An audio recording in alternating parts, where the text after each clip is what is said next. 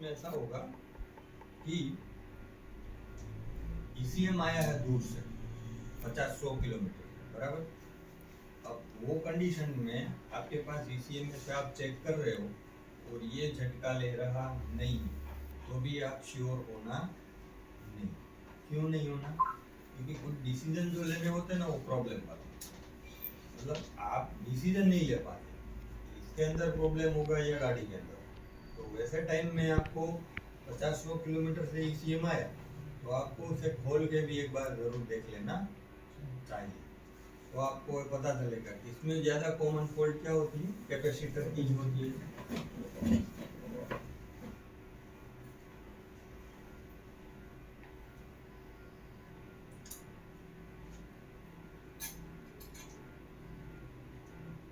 दूसरे एक चीज़ हमें ये भी याद रखनी है कि हमारी कार के अंदर बोस के जो ईसीएम है, कैफिको के मैग्नेट मॉडल को छोड़ के, उसमें मेरा मेन रिले कुछ सेकंड बाद ही ऑफ होता है। अगर वो डायरेक्ट हो जाता, मतलब कि ये कैफिको का है या तो बोस का ईसीएम है, समझो, और वो मैं इग्निशन को ऑफ करता हूँ और वो डायरेक्टली बंद हो जाता है, तो भी मैं ईसीएम को फॉल्टी समझ सकता हूँ, प्रॉपर काम कर रहा नहीं।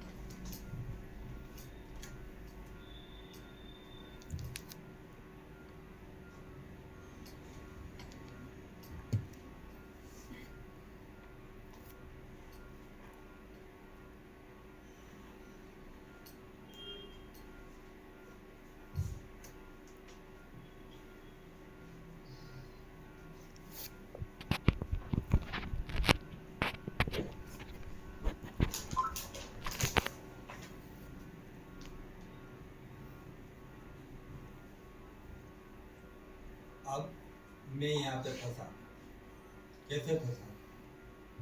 ईसीएम मुझे चालू दिख रहा है और मेरा अनुभव ये कहता है कि ये जो कैफिको वाले जितनी भी गाड़ियाँ हैं, उसके अंदर वायरिंग का इश्यू आता कभी भी नहीं आता।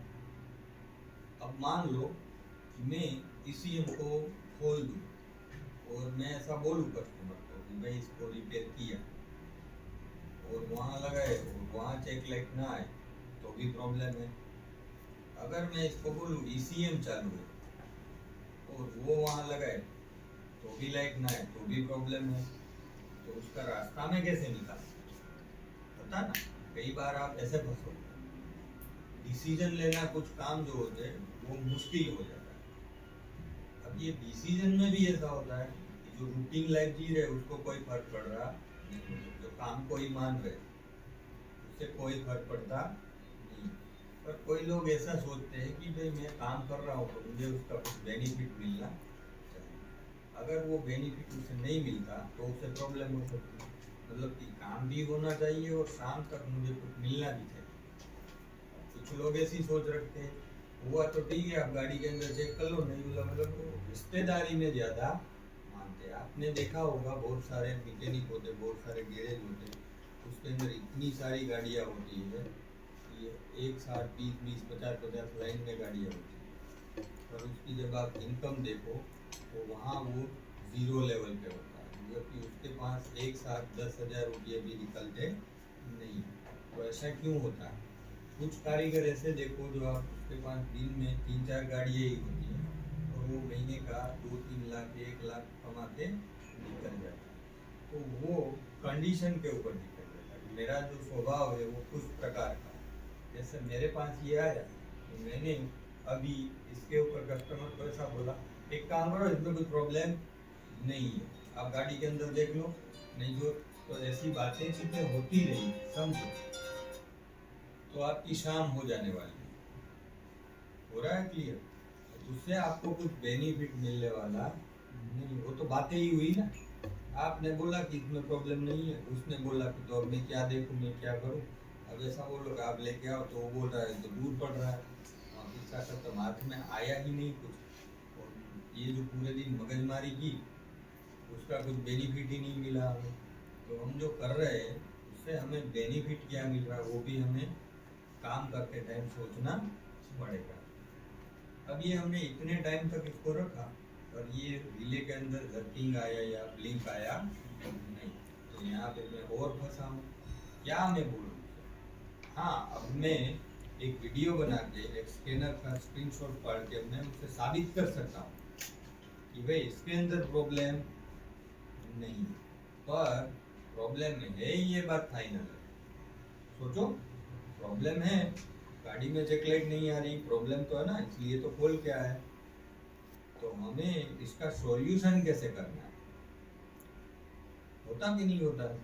चलो मैं अभी निकल जाऊँ इसके अंदर कि भाई देखो ये मेन रिले आ रहा है आपका, और मैं स्कैनर मार लेता हूँ तो स्कैन भी गाड़ी हो रही है, मतलब ईसीएम आपका सही है, तो कुछ बेनिफिट तो नहीं है ना। प्रॉब्लम है, ये बात फाइनल है, गाड़ी 50 किलोमीटर दूर है, तो मुझे इसका कुछ सॉल्यूशन करना पड़ता है। अब वो सॉल्यूशन क्या होता है, वो भी तो दिमाग का काम है ना, वो भी तो सोचना पड़ता ना। अब मैं एक काम एक और कर सकता हूँ, मेरे पास ईसीएम आया, ठीक है, मैंने उसको आधे घंटे 10 मिनट 5 मिनट ऑन करके रख दिया, और मैंने उसके ऊपर ऑब्जर्वेशन किया कि ये झटका मार रहा नहीं, मारा ही नहीं, ठीक है। अब मैं एक काम करूँ, मान लो कि मैं ईसीएम को खोल दूँ। अब खोलने के बाद हम इसको खोलेंगे, इसके अंदर कैपेसिटर निकलेगा। अब वहाँ मुझे थोड़ा डिसीजन लेना होगा, हरी बात सेंस मांगता है हर काम जो होता है ना। लोग बोलते हैं ना मैं काम कर लेता हूँ, मुझे तो आता है, मैं तो रिपेयर कर लेता हूँ, तो रिपेयर कर लेता हूँ, उससे कुछ बेनिफिट तो है नहीं, तेरा आधा दिन एक दिन तो तेरा वैसा ही निकल जाता होगा, होता कि नहीं ऐसा? तो हमें वो सोच बना के काम करना है। अभी देखो इसके अंदर ये झटका मारा, थोड़ी देर और वेट करते हैं, अगर एक झटका भी आ गया ना तो ये पलटी, तब तक हम एक काम कर रहे हैं, इसके ऊपर स्कैनर मार के देखते हैं।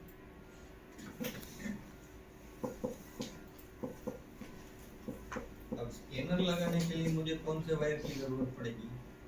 कैन हाई और कैन लो। कैन हाई और कैन लो मेरे ब्लैक और येलो है ना।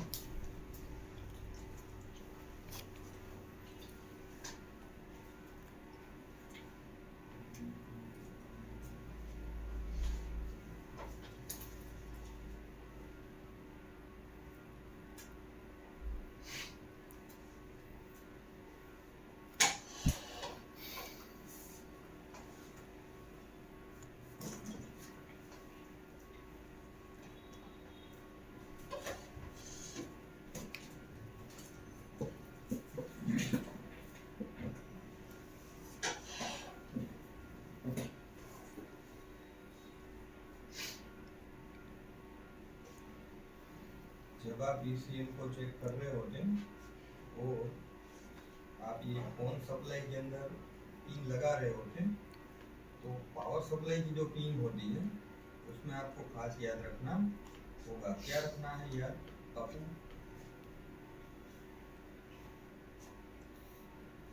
पावर सप्लाई मुझे बंद कर दो, पावर सप्लाई के लिए।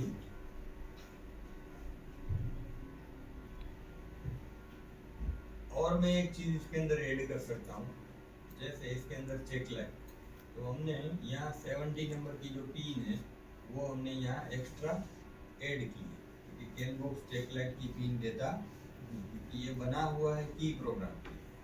और यहाँ पे आप देखो तो ये जो सिंबल गाड़ी के अंदर आता है वो सिंबल को आप ये लाइट समझो, तो ये लाइट चेक लाइट ये किसकी है? हमारी मेन की। खास याद रखना ये चेक लाइट।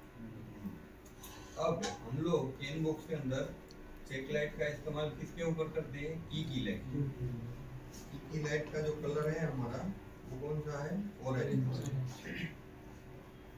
मतलब मैं ऐसा समझूं मैं ये लाइट मुझे करनी है तो ईसीएम हमेशा मेरा क्या निकालेगा, आउटपुट ग्राउंड। ईसीएम से जितनी भी पिन आउटपुट होगी वो मेरी ग्राउंड होगी।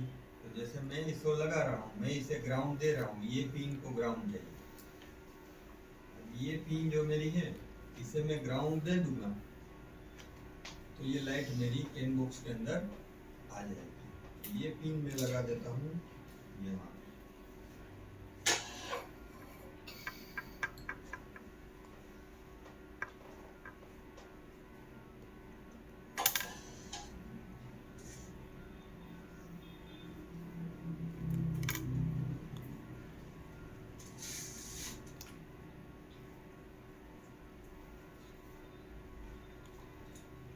ये मेरी जो चेक लाइट थी वो भी मेरी आ गई। रिले ने भी झटका मारा।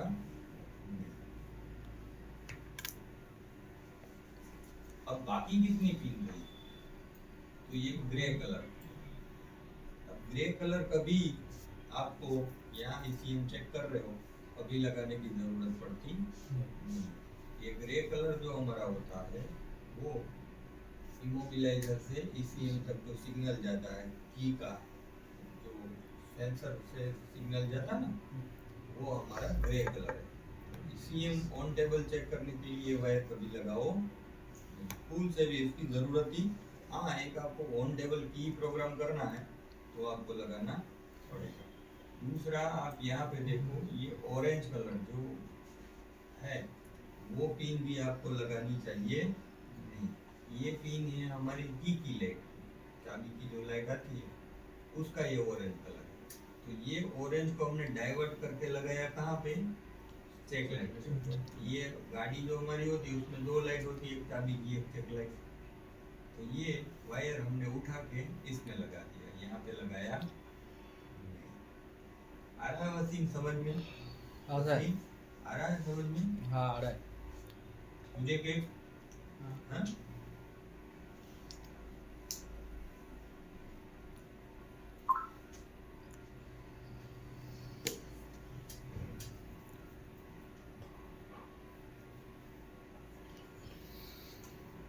अब आपके पास दो तैयारी होनी चाहिए। थोड़ा रिस्की काम है, पर अगर आप ये सेंस लगाते हो तो आप शाम तक के 2-3 हज़ार कमा सकते हो। और एक प्रेशर के लिए शाम तक 2,000 कमाना बहुत बड़ी बात होती है। कम टूल में छोटा सा एक सेटअप स्टार्ट किया होता, अगर वो बंदा शाम तक 1500-2000 भी कमा ले तो उसके लिए वो जो रकम होती है वो बड़ी होती है। और कोई धंधा ऐसा नहीं है जो ऐसे काम करके आपको शाम तक 2000 कमा के दे सके। ठीक है, तो ये थोड़ा समझदारी। अब मैं एक काम कर सकता हूँ, मान लो कि इसके अंदर तो प्रॉब्लम नहीं है, फिर भी मुझे इसकी गाड़ी चालू कर दे, बात को समझो, होगा ना? अब मैं ऐसे ही दे दूंगा उसको तो कुछ मुझे बेनिफिट मिलने वाला नहीं। दूसरा कि मैं 500 से 1000 जो चार्ज होता वो मैं अगर ले लेता हूँ फिर भी मुझे उसको जवाब तो देना ही पड़ेगा, होगा ना? तो मैं एक काम कर सकता हूँ, मैं ईसीएम को खोल लूँ। उसमें कॉमन प्रॉब्लम आती है कैपेसिटर रिलेटेड, ट्रैक रिलेटेड। अगर लिक्विड गया होता तो भी वो वोल्टेज ड्रॉप कर देता और आपकी चेक लाइट चली जाती, बराबर। अब मैं 90% तो ये बोलता हूँ कि वायरिंग के अंदर इश्यू आता नहीं, आ भी गया तो मैं उसको सॉल्व करवा दूंगा। वो कैसे? मान लो कि मैं इसी अभी इसको खोल क्लीन करूँ, कैपेसिटर दूसरा डाल दूँ, ट्रैक को क्लीन कर लूँ, फिर इसे पैक कर दूँ और मैं इसे ऐसा बोलूँ कि भाई रिपेयरिंग मैंने किया, बराबर। अब रिपेयरिंग का चार्ज जो मेरा था वो 2500 से लेके 3500 का था। अब किसी भी तरीके से वो बंदा तो फंसा है, उसको तो सॉल्यूशन चाहिए। अब यहाँ से करवाओ, वहाँ जाके करो, उससे कोई फर्क नहीं पड़ता, बराबर। अब ये कंडीशन में आप ऐसी सोच बनाओ कि भाई आपने उसके पास से 3000 लिए, प्रॉब्लम इसमें था या वायरिंग में था, आप तो उसको सॉल्व करा रहे हो, बराबर।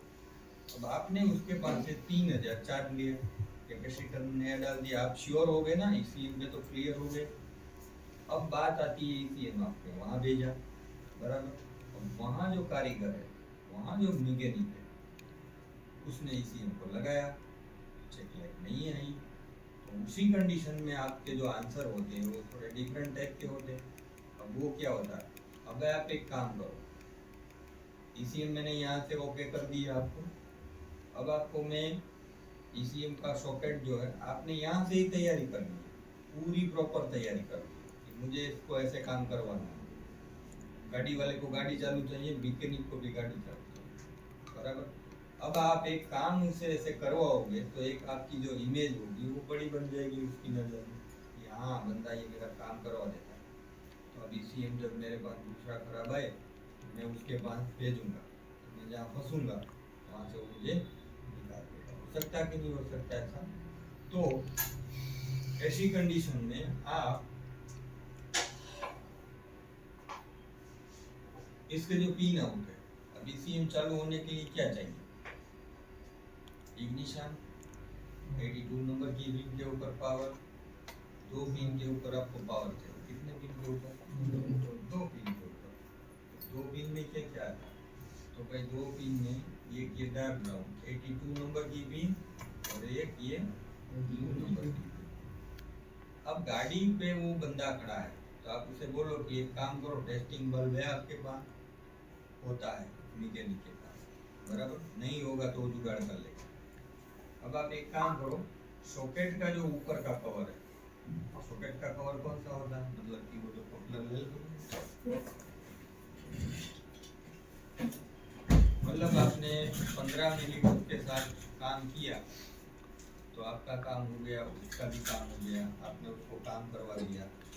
ये जो सॉकेट है, ये सॉकेट ऐसे बैठेगा, आपने इसके ऊपर का कवर को ओपन करवाया। अब ओपन करवा के आपने उसको ऐसा दिखाया कि भाई यहाँ से पिन गिन ले, आपने इसको बोला यहाँ से, वो तो गिन सकता है ना, वो कारीगर होता, बुद्धि वाला होता, गियर के कितने चक्कर है वो भी उसको याद होता ना, तो इतनी सेंस तो उसके अंदर होती है, वो कर लेता और हमें करवाना चाहिए। अब ये यहाँ से मैं गिनूँ, 1 2 3 4 5 6 7 8 9 10, 10 और 11 के ऊपर बल्ब जल रहा है कि नहीं जल रहा, तो वो मुझे बता, बराबर। तो वो बोलेगा कि 10 के ऊपर नहीं जल रहा, 11 के ऊपर चाबी चालू करता हूँ तो बल्ब जल रहा है। कोई बात नहीं, टेंशन ना ले, एक काम कर, ये 10 और 11 जो है ना, वो वायर को थोड़ा सा 2 इंच से थोड़ा ब्लेड लेके छील ले, बराबर, और वहाँ पे वायरिंग की आटी मार दे, जोड़ा, लाइट आ गई, हाँ बोला लाइट आ गई, गाड़ी स्टार्ट हो गई, आपका काम पूरा हुआ। अब आप उसे ऐसा समझा सकते हो कि भाई थोड़ा वायरिंग चेक कर ले, नहीं तो फिर से ईसीएम तेरा खराब हो जाएगा, ठीक है। फ्यूज व्यूज सारे और एक बार देख ले, जो उड़े हुए उसको भी डाल ले, और ईसीएम तेरा फिर से खराब नहीं करना तो ये वायरिंग को ठीक से एक बार देख ले। अब आपने जो 3000 की, उसका भी काम हो गया, आपका भी काम हो गया। तो मार्केट के अंदर जो पुराने लोग होते हैं वो ये सेंस के ऊपर काम करते हैं। लोग जो फ्रेशर होते हैं वो मार्केट के अंदर रन नहीं कर रहे होते, वो इसलिए नहीं कर रहे होते कि इसका जो मैनेजमेंट करना होता है वो हमें करना आता नहीं। मतलब कि हमने ये सीखा कि भाई ईसीएम के अंदर पिन ऐसे लगती है, कनेक्शन ऐसे लगते हैं, स्कैनर ऐसे लगते हैं, वही हमने पढ़ाई में किया, तो वो पढ़ाई हमें कुछ काम आती नहीं। ऐसी छोटी छोटी सेंस आपको बिजनेस के अंदर लगानी होती है, तब जाके आप महीने के 50,000 1 लाख 2 लाख कमा सकते हो। ये बात किसी को समझ में आई, किसी को कुछ सवाल है, यहाँ तक के फिर हम और आगे बढ़ते हैं। है आपको?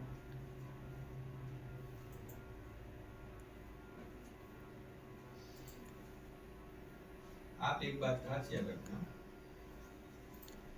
केपीको का ईसीएम जब भी आपके पास रिपेयर में आए, ईसीएम में ही प्रॉब्लम होता है। 10% जो प्रॉब्लम निकलेंगे वो वायरिंग के अंदर निकलेंगे, 90% जो प्रॉब्लम होंगे वो ईसीएम के अंदर होते हैं। भले उसका मेन रिले बंद ना हो, बंद हो जाए तो 100% श्योरिटी मिलती है। अगर बंद नहीं हो रहा तो भी मन जो होता है उसको मक्कम बना के रखो कि कोई प्रॉब्लम इसमें। सारी बात नहीं। दूसरी बात एक याद रखो, कस्टमर को अगर आपके अंदर इतना डेयरिंग नहीं है बात करने, तो आप कस्टमर को बोल सकते हो कि भाई देखो अभी ये चालू है, ठीक है, पर कब बंद हो जाए वो भी आपको ऐसा बोलेंगे, कभी आती है कभी चली जाती है, होता चेक लाइट में वो आपको ऐसे ही बोलेगा। मैं उसको आधे घंटे छोड़ देता हूँ तो फिर लाइट आ जाती है, फिर कभी नहीं आती। तो 100% प्रॉब्लम बोर्ड के अंदर ही। तो आप इसे बोल सकते हो कि भाई देखो अभी ये ओके है, अब बोलो तो मैं इसको खोल के रिपेयर कर दूँ, प्रॉब्लम उसमें 90% निकलता है, ठीक है, आपका 90 या 100% तो काम हो जाना चाहिए। अगर इतना पावर बात करने का नहीं है तो आप थोड़ा सच्चाई के साथ चलो, ठीक है। पर मेन मुद्दा जो आपका होता है ईसीएम रिपेयरिंग लाइन में, वो किसी ना किसी तरीके से सामने वाला का काम निकल जाना चाहिए और आपका भी काम निकल जाना चाहिए। बाकी खाली वायरिंग में टेस्टर घुसाने से कोई फायदा नहीं, उससे आपका टाइम वेस्ट हो सकता है और आउटपुट भी आपको मिलता नहीं।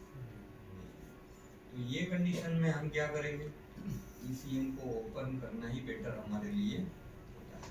तो 100% ईसीएम के अंदर ही प्रॉब्लम निकलती है। जब हम इसको पैक करके दे देते हैं, कैपेसिटर चेंज कर देते हैं, क्लीन कर देते हैं, फिर गाड़ी में लगाता है, तो मेरे को आज तक कोई कंप्लेन आई नहीं। अगर आती है तो मैं इसको ऐसे हैंडल करता, ठीक है। तो स्कैनर मार के भी देख लेते हैं, अभी स्कैनर तो कनेक्ट हो जाएगा। कहाँ से होगा इस साइड?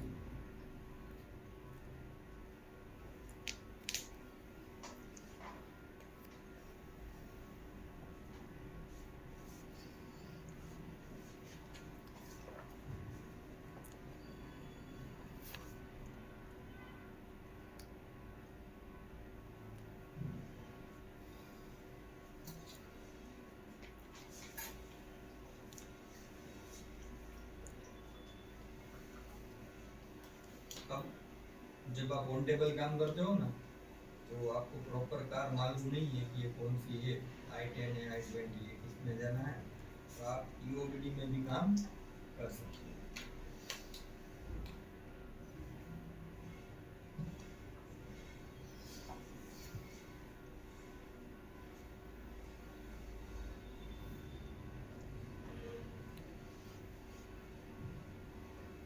ये जो कनेक्टर हमारा होता है बेटा, वो 60 पिन का होता है और 12 पिन का होता है। इंडियन कार के अंदर ज़्यादा आपको 16 पिन वाला ही देखने को मिलेगा। हुंडई की किया ऐसी कुछ कारें हैं, उसके अंदर आपका जो आगे का फ्यूज बॉक्स होता है उसके अंदर आपको एक सॉकेट देखने को मिलेगा, वो होता है आपका 12 पिन का कनेक्टर, ठीक है। तो हमारा काम 60 पिन के अंदर ही होता है।